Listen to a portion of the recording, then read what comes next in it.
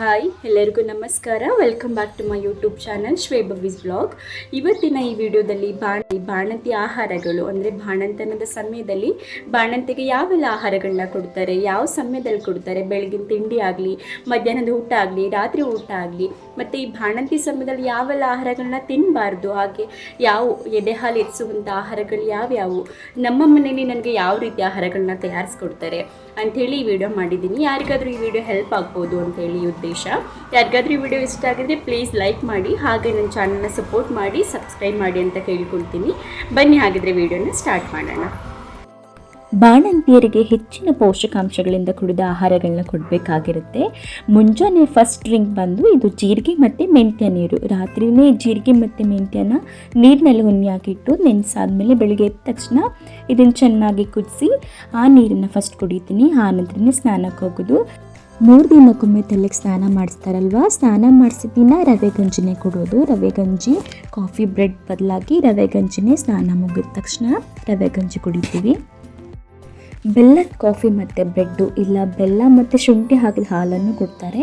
ಬಾಣಂತಿಯರಿಗೆ ಬೆಲ್ಲವನ್ನು ಹೆಚ್ಚಾಗಿ ಬಳಸ್ತಾರೆ ಆಹಾರದಲ್ಲಿ. ಈ ಸಮಯದಲ್ಲಿ ಬೆಲ್ಲದ ಕಾಫಿ ಬ್ರೆಡ್ಡು ಇಲ್ಲಾಂದರೆ ರವೆ ಗಂಜಿ, ಪ್ರತಿನಿತ್ಯ ರವೆ ಗಂಜಿ ಕುಡಿಯೋಕ್ಕಾಗಲ್ಲ ಅಂಥೇಳಿ 3 ದಿನಕ್ಕೊಮ್ಮೆ ರವೆ ಗಂಜಿನ ಮಾಡಿಕೊಡ್ತಾರೆ. ಈ ಬೆಳಗಿನ ತಿಂಡಿಯಲ್ಲಿ ಇದು ಕೂಡ ಒಂದು. ರವೆ ಗಂಜಿ ಕುಡಿಯೋದ್ರಿಂದ ಮೈ ನೀರು ತೆಗೆಯುತ್ತೆ ಅಂತ ಹೇಳ್ತಾರೆ. ಹಾಗೆ ಈ ಗಂಜಿಗೆ ಬೆಲ್ಲ, ಒಣಶುಂಠಿ, ಕೊಬ್ಬರಿ, ಗಸಗಸೆ, ಏಲಕ್ಕಿ ಎಲ್ಲವನ್ನು ಹಾಕಿ ಮಾಡಿರ್ತಾರೆ. ಇವೆಲ್ಲವೂ ಹೆಚ್ಚಿನ ಪೋಷಕಾಂಶ ಇರುವಂಥವು, ಹೆಚ್ಚಿನ ಉಷ್ಣತೆ ಇರುವಂತಹ ಸಾಮಗ್ರಿಗಳಾಗಿವೆ. ಹಾಗಾಗಿ ಬಾಣಂತಿ ಸಮಯದಲ್ಲಿ ಗಂಜಿನ ಕುಡಿಯೋದು ತುಂಬಾ ಒಳ್ಳೆಯದು ಅಂತ ಹೇಳ್ತಾರೆ.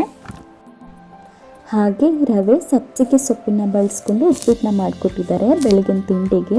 ಇದು ಬೆಲ್ಲದನ್ನ ಬಂದು ಬಾಣಂತಿಯರಾಗಿರೋದ್ರಿಂದ ಈ ಸಮಯದಲ್ಲಿ ನಮ್ಗೆ ಆಹಾರದಲ್ಲಿ ಬೆಲ್ಲ, ಜೀರಿಗೆ, ಮೆಣಸು, ಮೆಂತ್ಯ, ಬೆಳ್ಳುಳ್ಳಿ, ಶುಂಠಿ, ಹುಚ್ಚೆಳ್ಳೆಣ್ಣೆಗಳನ್ನ ಹೆಚ್ಚಾಗಿ ಬಳಸ್ತಾರೆ. ಇದು ಬಂದು ಸಜ್ಜಿಗೆ, ರವೆ ಸಜ್ಜಿಗೆ ಅಂಥೇಳಿ. ಇದು ಕೂಡ ಬೆಳಗಿನ ತಿಂಡಿ ಕೊಡೋದು. ಸಜ್ಜಿಗೆ ಜೊತೆಗೆ ತುಪ್ಪ ಅಥವಾ ಹುಚ್ಚೆಳ್ಳೆಣ್ಣೆನ ಹಾಕ್ಕೊಡ್ತಾರೆ. ಇದು ರವೆ ರೊಟ್ಟಿ ಮತ್ತು ಬೆಲ್ಲ. ಈ ಸಮಯದಲ್ಲಿ ಯಥೇಚ್ಛವಾಗಿ ತಾಜಾ ಸೊಪ್ಪು ತರಕಾರಿಗಳನ್ನ ತಿನ್ನೋದು ತುಂಬಾ ಒಳ್ಳೆಯದು. ಇದು ಪಾಲಕ್ ಸೊಪ್ಪಿನ ರೊಟ್ಟಿ ಮತ್ತು ಬೆಂಡೆಕಾಯಿ ಪಲ್ಯ, ರವಾ ಇಡ್ಲಿ. ಹಾಗೆ ಸಮಯದಲ್ಲಿ ತಲೆಗೆ ಸ್ನಾನ ಮಾಡಿದಾಗ ಬೆಳಿಗ್ಗೆನೇ ಮಟನ್ ಸೂಪ್ ಅಥವಾ ತಲೆಕಾಲು ಸೂಪನ್ನ ಕೊಡ್ತಾರೆ. ಮಧ್ಯಾಹ್ನ ಆದರೆ ಮಧ್ಯಾಹ್ನ 12 ಗಂಟೆ ಟೈಮ್ನಲ್ಲೂ ಕೊಡ್ತಾರೆ. ತಲೆಗೆ ಸ್ನಾನ ಮಾಡಿದ್ದಿನ ಅಂತೂ ಮಟನ್ ಊಟ ಕಂಪಲ್ಸರಿ, ಅಥವಾ ನಾಟಿ ಕೋಳಿನ ಕುಯ್ತಾರೆ. ಹಾಗೆ ಇದು ಉಪ್ಪಿಟ್ಟು, ಬೆಣಸಿ ರವೆ ಉಪ್ಪಿಟ್ಟು ಮಾಡಿದರು ಅದು. ಹಾಗೆ ರೊಟ್ಟಿ, ಮಿಕ್ಸ್ ರೊಟ್ಟಿ ಮತ್ತು ಬೀಟ್ರೂಟ್ ಪಲ್ಯ. ಹೆಚ್ಚಾಗಿ ಬೀಟ್ರೂಟ್ ಪಲ್ಯ ತಿನ್ನೋದು ಇದರಿಂದ ತುಂಬಾ ಒಳ್ಳೆಯದು. ಹೆಚ್ಚಾಗಿ ತರಕಾರಿ, ಸೊಪ್ಪು ತರಕಾರಿ, ಕ್ಯಾರೆಟು, ಬೀಟ್ರೂಟ್ಗಳನ್ನ ಬಳಸಿ ಪಲ್ಯಗಳನ್ನ ಮಾಡ್ಕೊಂಡು ತಿನ್ನೋದು ಈ ಸಮಯದಲ್ಲಿ ತುಂಬಾ ಒಳ್ಳೆಯದು. ಇನ್ನು ಮಧ್ಯಾಹ್ನದ ಊಟ, ಬಾಣಂತಿಯರಿಗೆ ತಯಾರಿಸುವಂಥ ಊಟ ತುಂಬಾ special and it's very healthy ಕೂಡ. ಯಾಕಂದರೆ ನಮಗೆ ಅಂತಲೇ ಕುಶಲಕ್ಕಿನ ಬಳಸಿ ಅಡುಗೆನ ಮಾಡ್ತಾರೆ. ಕುಶಲಕ್ಕಿಯಿಂದ ಅನ್ನವನ್ನು ತಯಾರಿಸ್ತಾರೆ. ಇದರಲ್ಲಿ ಹೆಚ್ಚಿನ ಫೈಬರ್ ಇರುವಂಥದ್ದು. ಹಾಗೆ ಕಾನ್ಸ್ಟಿಪೇಷನ್ ಆಗಬಾರ್ದು ಅಂಥೇಳಿ ಈ ಕುಶಲಕ್ಕಿ ಅನ್ನವನ್ನು ಮಾಡಿಕೊಡ್ತಾರೆ. ಇದು ಬಂದು ಅನ್ನ ಮತ್ತು ಬೇಳೆ ದಾಲ್, ಹಾಗೆ ಅನ್ನ ಮತ್ತು ಪಲ್ಯ, ಸೊಪ್ಪಿನ ಪಲ್ಯ, ಅನ್ನ ಮೊಸೊಪ್ಪು ಮಧ್ಯಾಹ್ನ ಊಟಗಳು ಕೊಡುವಂಥದ್ದು. ಹೆಚ್ಚಿದಾಗಿ ಕೊಬ್ಬರಿ ಹಾಕಿ ಸೊಪ್ಪಿನ ಪಲ್ಯಗಳು, ಬಜ್ಜಿಗಳನ್ನ ಮಾಡ್ತಾರೆ. ಇದು ಬಂದು ಅನ್ನ ಮತ್ತು ಸಪ್ಪೆ ಸಾರು, ಚಿಕನ್ ಸಪ್ಪೆ ಸಾರು, ಮಸಾಲೆ ಹಾಕದೇ ಇರುವಂಥದ್ದು. ಹಾಗೆ ಮಿಕ್ಸ್ ರೊಟ್ಟಿ ಮತ್ತು ವೆಜಿಟೇಬಲ್ ಸಾಂಬಾರಿದು. ಹಾಗೆ ಈ ಟೈಮ್ನಲ್ಲಿ ಮೆಣಸನ್ನ ತುಂಬಾ ಜಾಸ್ತಿ ಕೊಡ್ತಾರೆ. ಇದು ಕಟ್ಟಿಟ್ಟ ಬುದ್ಧಿ ಅಂತಲೇ ಹೇಳ್ಬೋದು. ಯಾಕಂದರೆ ಬಾಣಂತನ ಸಮಯದಲ್ಲಿ ಪೂರ್ತಿಯಾಗಿ ಮೆಣಸನ್ನ ಜಾಸ್ತಿ ಮಧ್ಯಾಹ್ನ, ರಾತ್ರಿ, ಬೆಳಿಗ್ಗೆ ಯಾವ ಟೈಮ್ ಬೇಕಾದರೂ ಮಾಡಿಕೊಡ್ತಾರೆ. ಇದು ಬಂದು ರಾಗಿ ಮುದ್ದೆ ಮತ್ತು ನಾಟಿ ಕೋಳಿ ಸಾಂಬಾರು. ನಾನು 1 ತಿಂಗಳಿದ್ದು ಬಾಣಂತಿಯಿಂದನೂ ರಾಗಿ ಮುದ್ದೆನ ತಿಂತೀನಿ. ನಮ್ಮ ಮನೇಲಿ ರಾಗಿ ಮುದ್ದೆ ಹಿಟ್ಟು ಮಾಡಿಸುವಾಗಲೇ ಮೆಂತ್ಯ, ಕುಮ್ಮನಕ್ಕಿ ಮತ್ತು ಬಿಳಿ ಜೋಳನ ಹಾಕಿ ಹಿಟ್ಟು ಮಾಡಿಸಿರ್ತಾರೆ. ತುಂಬಾ ಬಿಸಿ ಮುದ್ದೆ ಮಾಡಿದಾಗಲೇ ಸ್ವಲ್ಪ ಮುದ್ದೆನ ತಿಂತೀನಿ. ಇದು ಬಂದು ಅನ್ನ, ಬೆಂಡೆಕಾಯಿ ಪಲ್ಯ ಮತ್ತು ಬೇಳೆ ತಿಳಿಸಾರು. ಇದು ಮುದ್ದೆ, ಮಟನ್ ಸಾಂಬಾರು ಮಧ್ಯಾಹ್ನದ ಊಟಕ್ಕೆ.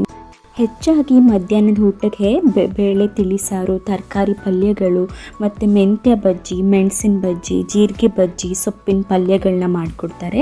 ಇದು ಬಂದು ಮೆಣಸಿನ ಬಜ್ಜಿ ಮತ್ತು ಅನ್ನ. ಮೆಣಸಿನ ಬಜ್ಜಿ ಅಂತೂ ತುಂಬ ಎಲ್ಲ ರೀತಿ ಬಜ್ಜಿಗಳು, ಆಹಾರಗಳು ಕೂಡ ತುಂಬಾ ಟೇಸ್ಟಿಯಾಗಿರುತ್ತೆ, ತುಂಬ ಚೆನ್ನಾಗಿರುತ್ತೆ. ಅನ್ನ, ಚಪಾತಿ, ಮಿಕ್ಸ್ ತರಕಾರಿ ಸಾಂಬಾರು ಮತ್ತು ಇದು ಮಟನ್ ಸೂಪು. ವಾರದಲ್ಲಿ 2-3 ಸರಿನಾದರೂ ಮಟನ್ ಚಿಕನ್ ಮಾಡ್ತಾರೆ ಈ ಸಮಯದಲ್ಲಿ. ಇದು ಬಂದು ಬೆಳ್ಳುಳ್ಳಿ ಬಜ್ಜಿ ಮತ್ತು ಬೀಟ್ರೂಟ್ ಪಲ್ಯ, ಅನ್ನ. ಹಾಗೆ ಇದು ಅನ್ನ ಮತ್ತು ಸೀಗಡಿ ಖಾರ, ಸೀಗಡಿ ಬಜ್ಜಿ ಅಂತ ಹೇಳ್ತಾರೆ. ಚಪಾತಿ ಮತ್ತು ಬೆಂಡೆಕಾಯಿ ಪಲ್ಯ. ಇದು ಬಂದು ಅನ್ನ ಮತ್ತು ಕರ್ಬೇವಿನ ಸೊಪ್ಪಿನ ಬಜ್ಜಿ. ಇದು ಕೂಡ ತುಂಬ ಚೆನ್ನಾಗಿರುತ್ತೆ. ಇನ್ನು ಸಾಯಂಕಾಲ ಟೈಮಲ್ಲಂತೂ ಬೆಲ್ಲದ ಕಾಫಿ ಜೊತೆಗೆ ರಸ್ಕ್ನ ಕೊಡ್ತಾರೆ. ಹಾಗೆ ಸೀಸನಲ್ ಫ್ರೂಟ್ಸ್ಗಳನ್ನ ತಿನ್ಬೋದು. ಜೊತೆಗೆ ಅಂಟಿನುಂಡೆನ ತಿಂತೀನಿ, ಡ್ರೈ ಫ್ರೂಟ್ಸ್ಗಳನ್ನೂ ತಿನ್ನಬಹುದು. ಇನ್ನು ರಾತ್ರಿ ಊಟ ಅಂತ ಹೇಳಿದ್ರೆ ಮಧ್ಯಾಹ್ನ ಮಾಡಿರುವಂಥ ಯಾವುದು ಬಜ್ಜಿಗಳನ್ನ ಮಾಡಿರ್ತಾರಲ್ಲ ಅದ್ರ ಜೊತೆಗೆ ಬಿಸಿ ಅನ್ನ ಮಾಡಿ ತರಕಾರಿ ಪಲ್ಯಗಳನ್ನ ಮಾಡಿ ಊಟ ಕೊಡ್ತಾರೆ. ಈಗ ಮಟನ್ ಸಾಂಬಾರು, ಚಿಕನ್ ಸಾಂಬಾರು ಜೊತೆಗೆ ಕರ್ಬೇವಿನ ಸೊಪ್ಪಿನ ಬಜ್ಜಿ, ಸೀಗಡಿ ಬಜ್ಜಿ, ಬೆಳ್ಳುಳ್ಳಿ ಬಜ್ಜಿಗಳನ್ನ ಜಾಸ್ತಿನೇ ಮಾಡಿರ್ತಾರೆ ಮಧ್ಯಾಹ್ನ ಮಾಡಿದಾಗ. ರಾತ್ರಿ ಊಟಕ್ಕೆ ಅದ್ರ ಜೊತೆಗೆ ಪಲ್ಯಗಳನ್ನ, ಸೊಪ್ಪಿನ ಪಲ್ಯಗಳು, ತರಕಾರಿ ಪಲ್ಯಗಳನ್ನ ಮಾಡಿ ಬಿಸಿ ಅನ್ನ ಮಾಡಿ ಊಟ ಕೊಡ್ತಾರೆ. ಇದು ಬಂದು ಬೆಂಡೆಕಾಯಿ ಪಲ್ಯ, ತಿಳಿ ಸಾರು, ಅನ್ನ. ಇದು ಉಪ್ಸಾರು, ಬೇಳೆ ಬೀನ್ಸ್ ಹಾಕಿ ಉಪ್ಸಾರು ಮಾಡಿದರು. ಇದು ಬೀಟ್ರೂಟು, ಕ್ಯಾರೆಟು ಪಲ್ಯ, ಮುದ್ದೆ. ಇದು ಮೆಣಸಿನ ಖಾರ. ಹಾಗೆಯೇ ಈ ಸಮಯದಲ್ಲಿ ಹೆಚ್ಚಿನ ಪೌಷ್ಟಿಕಾಂಶ ಇರುವಂತಹ ಊಟವನ್ನು ಮಾಡ್ತೀವಲ್ವ. ತಿಂದಂಥ ಆಹಾರ ಚೆನ್ನಾಗಿ ಜೀರ್ಣ ಆಗಬೇಕು ಅಂತ ತಾಂಬೂಲ ಹಾಕೊಳ್ಳೋಕೆ ಹೇಳ್ತಾರೆ. ಈ ಎಲೆ ಅಡಿಕೆ ಸುಣ್ಣ ತಿನ್ನೋದ್ರಿಂದ ಬಾಣಂತಿರಿಗೆ ತುಂಬಾ ಬೆನಿಫಿಟ್ಸ್ ಇದೆ. ಸುಣ್ಣದಿಂದ ಕ್ಯಾಲ್ಶಿಯಂ ಸಿಗುತ್ತೆ ಅಂತ ಹೇಳ್ತಾರೆ. ತಿಂದಂಥ ಆಹಾರ ಚೆನ್ನಾಗಿ ಜೀರ್ಣ ಆಗುತ್ತೆ ಎಲೆ ಅಡಿಕೆ ತಿನ್ನೋದ್ರಿಂದ. ಹಾಗೆ ತಾಂಬೂಲ ಹಾಕೊಳ್ಳೋದ್ರಿಂದ ಬ್ಲಡ್ ಸರ್ಕ್ಯುಲೇಷನ್ ಚೆನ್ನಾಗಾಗುತ್ತೆ, ದೇಹನ ಬೆಚ್ಚಗಿಡುತ್ತೆ, ಬ್ಲಡ್ ಸೆಲ್ಸ್ ಹೆಚ್ಚಾಗುತ್ತೆ, ರಕ್ತ ಶುದ್ಧಿ ಆಗುತ್ತೆ. ಹಾಗೆಯೇ ಎಲೆ ಅಡಿಕೆಯ ಜೊತೆಗೆ ಒಂದು ಸ್ವಲ್ಪ ಬಜ್ಜಿ, ಜಾಯಿಕಾಯಿ, ಒಣ ಖರ್ಜೂರ, ಅಜುವಾನ, ಏಲಕ್ಕಿ ಇವನ್ನೆಲ್ಲ ಸೇರಿಸಿ ತಿನ್ನೋದ್ರಿಂದ ತುಂಬಾ ಒಳ್ಳೆಯದು. ಹಾಗೆ ಈ ತಾಂಬೂಲ ಹಾಕೊಳ್ಳೋಕೆ ತುಂಬ ಅಂತ ಚೆನ್ನಾಗಿ ಅನಿಸ್ತಾ ಇರುತ್ತೆ. ಇದನ್ನೆಲ್ಲ ಸೇರಿಸಿ ತಿನ್ನೋದ್ರಿಂದ ಮಗುಗೆ ನಾವು ಏನೇ ಊಟ ಮಾಡಿದರೂ ಕೂಡ ಹೊಟ್ಟೆ ನೋವು ಬರಲ್ಲ ಅಂತ ಹೇಳ್ತಾರೆ.